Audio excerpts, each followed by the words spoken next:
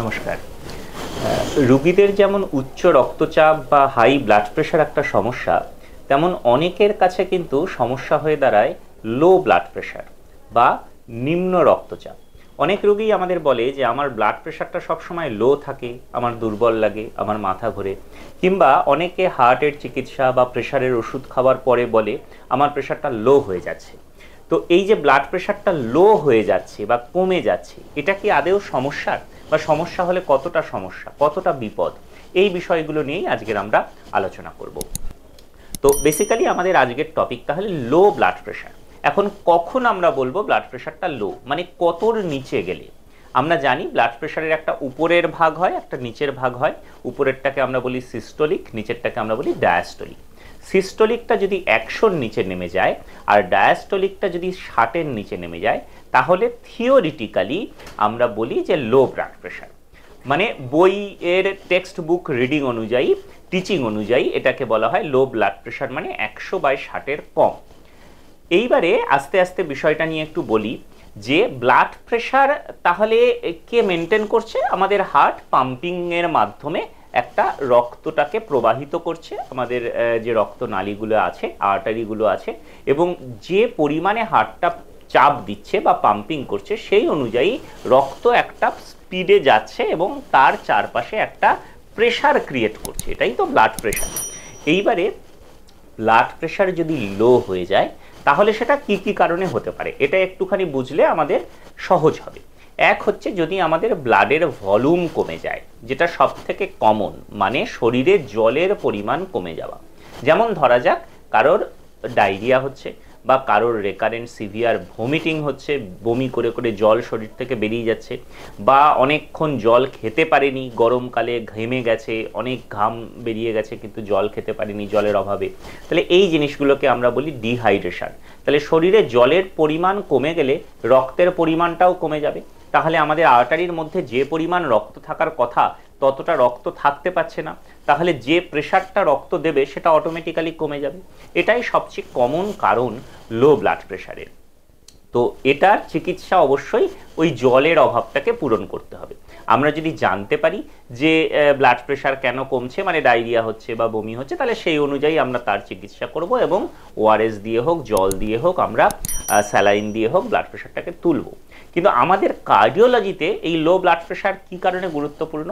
একটা হচ্ছে আমাদের হার্টের পাম্পিং যদি কমে যায় বা হার্ট অ্যাটাক যদি হয়, অর্থাৎ হার্টটা এই জোরের সাথে পাম্প করতে পারছে না, আস্তে আস্তে পাম্প করছে, জোরটা কমে গেছে, তাহলেও কিন্তু একইভাবে ব্লাড প্রেশারটা কমে যেতে পারে।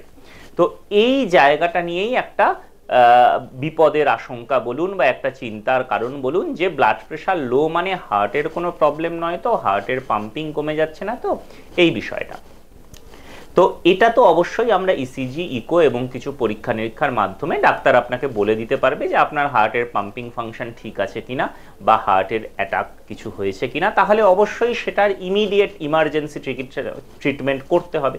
কারণ হার্ট ফেলিওর বা হার্ট অ্যাটাকের চিকিৎসা না করে তো ব্লাড প্রেশার তুলতে পারবেন না। তো সেইটার চিকিৎসা, সেটা আলাদা টপিক, আলাদা বিষয়, আমরা অন্য ভিডিওতে অনেক আলোচনা করেছি বা আবার করব ভবিষ্যতে। এখন আমি বরং অন্য একটা জিনিস বলি যে ব্লাড প্রেশার, তাহলে লো ব্লাড প্রেশার যদি একজন রোগীর ধরুন হার্ট অ্যাটাক হয়নি, হার্ট ফেলিওর নেই, কোনো ডিহাইড্রেশনও শরীরে নেই, তাও তার ব্লাড প্রেশারটা লো আসছে, এই বিষয়টা কি চিন্তার? এটাই আমাদের আজকের আলোচনার মুখ্য বিষয় হোক। তো ধরুন আমি যেরকম বললাম, একটা রোগীর হার্টে কোনো রোগ নেই, তার শরীর থেকে কোনোভাবে জল বেরিয়ে ডিহাইড্রেশন হয়ে যায়নি, কিন্তু ধরা যাক তার ব্লাড প্রেশার কম আসছে, 90/60 আসছে বা 90/50 আসছে, তাহলে সেটা কেন হতে পারে? একটা বড় কারণ হচ্ছে গঠনগত বা স্ট্রাকচারাল, মানে অনেক মানুষের শরীরের স্ট্রাকচার এমন, তাদের রক্তনালী বা হার্টের বা তাদের মাসেলের যে ব্লাড রিকোয়ারমেন্ট, সেগুলো স্ট্রাকচার এমন যে তাদের লো প্রেশারেই কিন্তু শরীর তার সমস্ত ফাংশন পারফর্ম করতে পারছে। অতএব 90/50 প্রেশার তার জন্য যথেষ্ট, তার কোনো সিমটম হচ্ছে না, তার কোনো মাথা ঘুরছে না, কিছুই হচ্ছে না। তাহলে এটা কিন্তু অনেক রোগীদের ক্ষেত্রেই আমরা দেখি। তাহলে আমরা যখন দেখি যে, এবং এটা দেখবেন বিশেষ করে যারা একটু ছোটোখাটো চেহারা, একটু রোগা, একটু কম খায়, খাদ্যাভ্যাসটা এমন যে বেশি খায় না, তাদের ক্ষেত্রে আমরা অনেকেরই এই লো প্রেশার দেখি। এবং যদি এর জন্য কোনো সিমটম না হয়, মাথা ঘোরা, পড়ে যাওয়া বা অন্য কিছু উইকনেস যদি না হয়, আর রোগ যদি কিছু না থাকে, তাহলে এটার চিকিৎসার দরকার নেই। এটা প্রথম বুঝে নিন যে লো ব্লাড প্রেশার হলেই যে ভয় পেতে হবে বা চিকিৎসা করতে হবে তা নয়। অবশ্যই আপনি ডাক্তার দেখান, কোনো হার্টের রোগ আছে কিনা সেগুলো রুল আউট করুন। তারপরে যদি দেখা যায় কোথাও কোনো সমস্যা নেই, তাহলে 90/50 প্রেশার নিয়ে ভয় পাওয়ার কিচ্ছু নেই। এটা প্রথম কথা।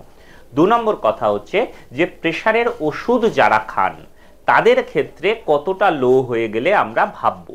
তো এখানেও বলি, ওই 100/60 যেটা বললাম তার থেকে যদি নিচে চলে যায় প্রেশার, তখন আমরা ওষুধের, হাই প্রেশারের যে ওষুধ চলছে সেটার ডোজ একটু কমাই, যাতে অতটা নিচে না যায়। আমরা চাই ব্লাড প্রেশারটা 100-র ওপরেই থাকুক, উপরেরটা, এবং নিচেরটা 60-এর ওপরে থাকুক। এই সূত্রে আরেকটা কথা আমি বলবো যেটা খুব জরুরি। অনেকেই আমাদের বলেন যে আমার নিচের ব্লাড প্রেশারটা কমে যাচ্ছে, 50 হয়ে যাচ্ছে, মানে উপরেরটা হয়তো 110 কি 120, নিচেরটা হয়ে যাচ্ছে 55, 50। দেখুন, দুটো জিনিস এখানে খেয়াল রাখতে হবে। আমরা যে ডিজিটাল মেশিনগুলোতে বাড়িতে বিপি মাপি, সেখানে কিন্তু এই নিচের ব্লাড প্রেশার বা ডায়াস্টোলিক প্রেশারটা লো দেখায়, ফলসলি লো দেখায়। আদপে হয়তো ওটা অত লো নয়, অর্থাৎ আপনার ডিজিটাল মেশিনে যেটা 50 দেখাচ্ছে সেটা ডাক্তারের কাছে প্রপার বিপি মেশিনে, অ্যানেরয়েড মেশিনে মাপলে কিন্তু 60 বা তার উপরে আসবে। অতএব এইটা নিয়ে অযথা দুশ্চিন্তা করবেন না। 2 নম্বর জরুরি কথা হলো, আমাদের কাছে উপরের ব্লাড প্রেশারটাই বেশি জরুরি। মানে উপরের ব্লাড প্রেশারটা যদি বেড়ে যায় বা কমে যায়, সেইটা আপনার ব্রেনের বা কিডনির বা হার্টের অনেক বেশি ক্ষতি করতে পারে। নিচের ব্লাড প্রেশার দিয়ে অত কিছু ক্ষতি হয় না। অর্থাৎ আপনার নিচের ব্লাড প্রেশারটা 60 আছে না 62 আছে না 54 হয়ে গেল, এতে খুব কিছু আপনার হার্টের বা ব্রেনের ক্ষতি হয় না।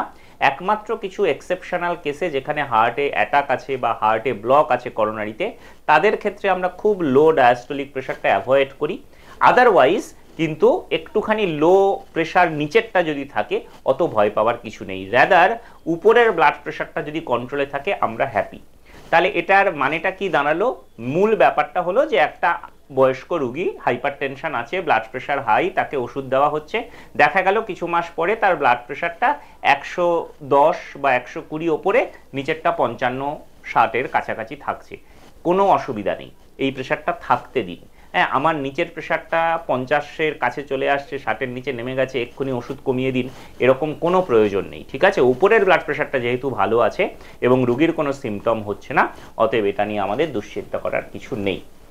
প্লাস যেটা বললাম, বাড়ির ওই মেশিনে যদি খুব লো আসে, তাহলে অবশ্যই ডাক্তারের কাছে গিয়ে প্রপার বিপি মেশিন, অ্যানেরয়েড মেশিনে চেক করুন, দেখবেন আপনার ডায়াস্টোলিক প্রেশারটা অনেক বেড়ে যাচ্ছে। তাহলে এরপরে আরেকটা কথাও বলি, অনেকেই আমাদের বলেন যে আমার ব্লাড প্রেশারটা একটু লো হয়ে যাচ্ছে, আমার মাথা ঘুরছে, আমার টলমলো ভাব লাগছে। দেখুন, ব্লাড প্রেশার একটু লো হয়ে গেলেই কিন্তু মাথা ঘোরে, এটা খুব একটা সঠিক কথা নয়। খুব বেশি পরিমাণে লো হলে তবেই এই ঘটনাটা দেখা যায়।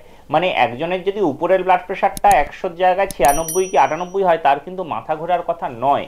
তার হয়তো মাথা ঘুরছে অন্য কারণে, স্পন্ডেলাইটিস থেকে বা কানের সমস্যা থেকে, অথচ তিনি ভাবছেন আমার ব্লাড প্রেশারটা লো হয়ে গেছে বলে মাথা ঘুরছে।